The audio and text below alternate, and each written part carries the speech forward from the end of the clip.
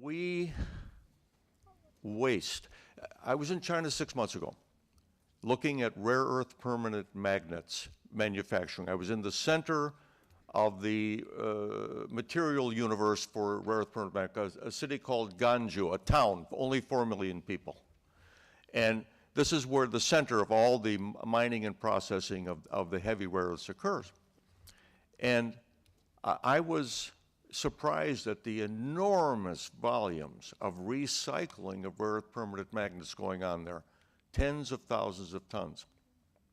And they said to me, we notice you waste materials in the West. You throw them away. We can't afford it. We're in for a huge shortage, or that we simply surrender our industrial sword to them.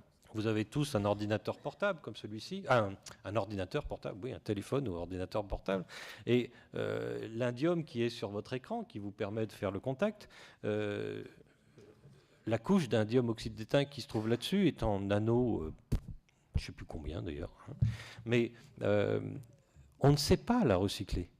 J'en parlais avec les gens qui le fabriquent un jour, ils me disent bah non, aujourd'hui on ne le sait pas recycler. Donc ce qu'on fait pour le recycler, c'est qu'on met la plaque de verre dans le four du verrier et l'indium part en fumée. Et pareil pour certains alliages à l'intérieur de ce que disait tout à l'heure Patrick, c'est-à-dire qu'on cherche à miniaturiser. C'est ça quand même l'objectif, on cherche à miniaturiser pour que ce soit plus léger. Donc on utilise des métaux stratégiques qui permettent de miniaturiser. Mais c'est tellement petit, c'est tellement fin, où les alliages sont tellement complexes qu'on sait fabriquer, mais on ne sait pas parfois recycler à l'heure actuelle. Pour recycler une partie des éléments qui sont je crois que c'est 54 métaux critiques qui sont dans un téléphone, 52, je ne sais plus combien.